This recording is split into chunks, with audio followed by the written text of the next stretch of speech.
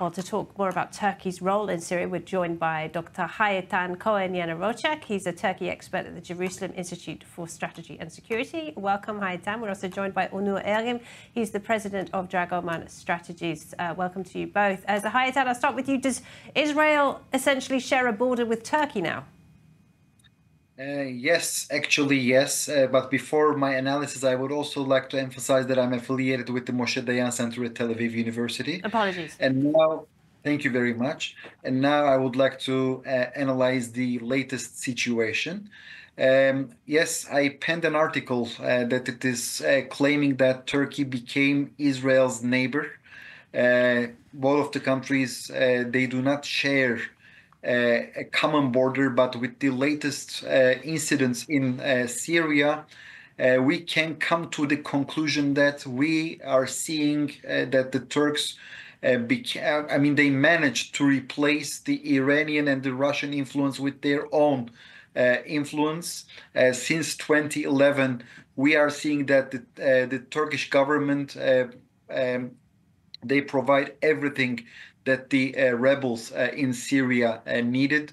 They provided logistics, they provided ammunition, and in my opinion, one of the most important issue was the political support. Since the Astana process, we all witnessed that Turks became the core spokesperson of the rebels in Syria, and now, since the most important actor in Syria, Bashar al-Assad, was ousted, so we can say clearly that Turkey will fill the vacuum.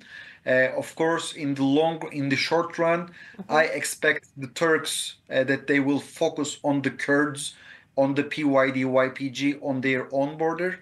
But later, of course, we will feel the Turkish influence also in the Israeli-Syrian affairs. Okay, thank you, Eytan. Onur Erim, is Turkey using the situation in Syria to advance its own interests, namely attack the Kurds who are living in the northeast of Syria?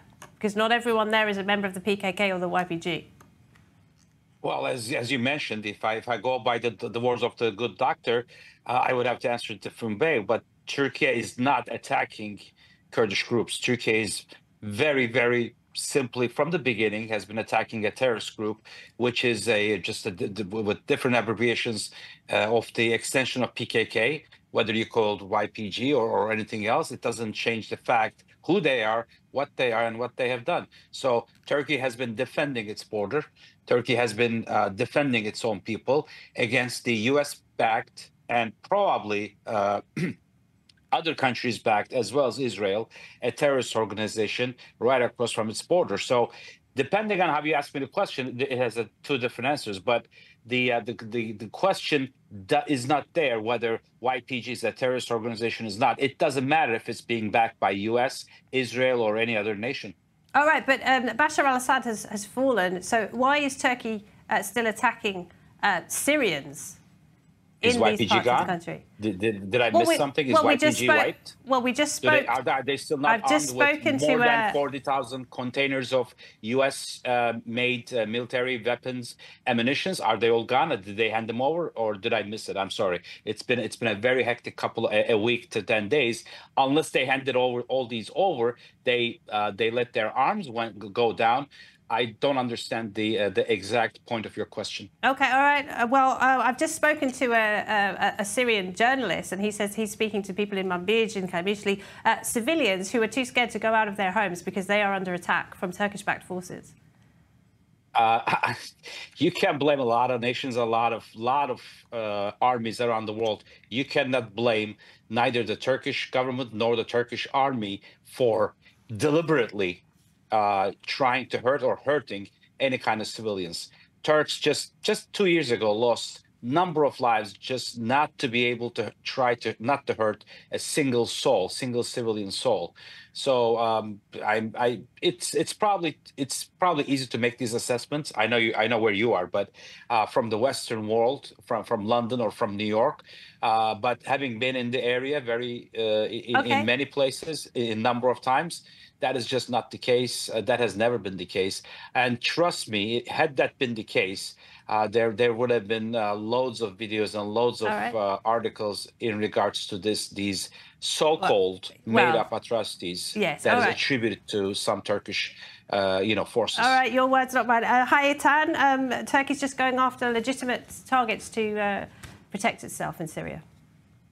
First of all, let's make this kind of a distinction, as also your guest in Turkey already mentioned. Turkey is not making a differentiation between the PKK and the PYD-YPG.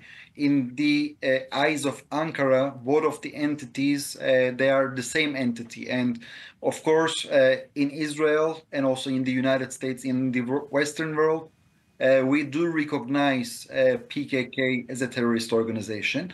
However, in the Western world, people are thinking not similar to Turkish administration, and they are putting a wall between the PYD-YPG and the PKK. And therefore, since the PYD-YPG also fought against ISIS, it is very uncomfortable for the Western forces to admit the symbiotic relationship between the PYD-YPG and the PKK. And we all know that since the fall of Bashar al-Assad, we do see, according to the reports, that the rebels, the Syrian rebels, the Free Syrian Army, they are trying to penetrate in the city center of Manbij, which is, of course, under the control of the PYD-YPG. Again, in the Turkish eyes, this faction is considered as a terrorist organization. But as you already mentioned, there are, of course, some civilians in the areas.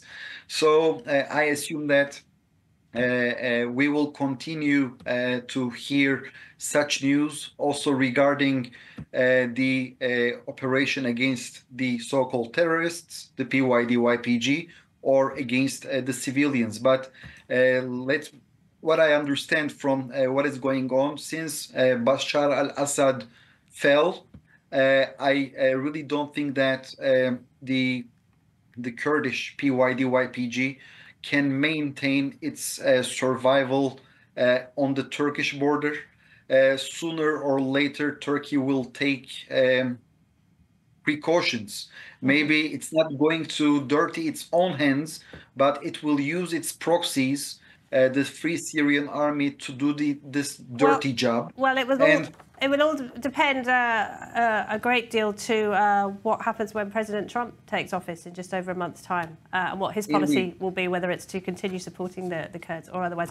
Thank you very much to you both, Eytan and Eytan Yanarocak. Thank you. Thank you very much.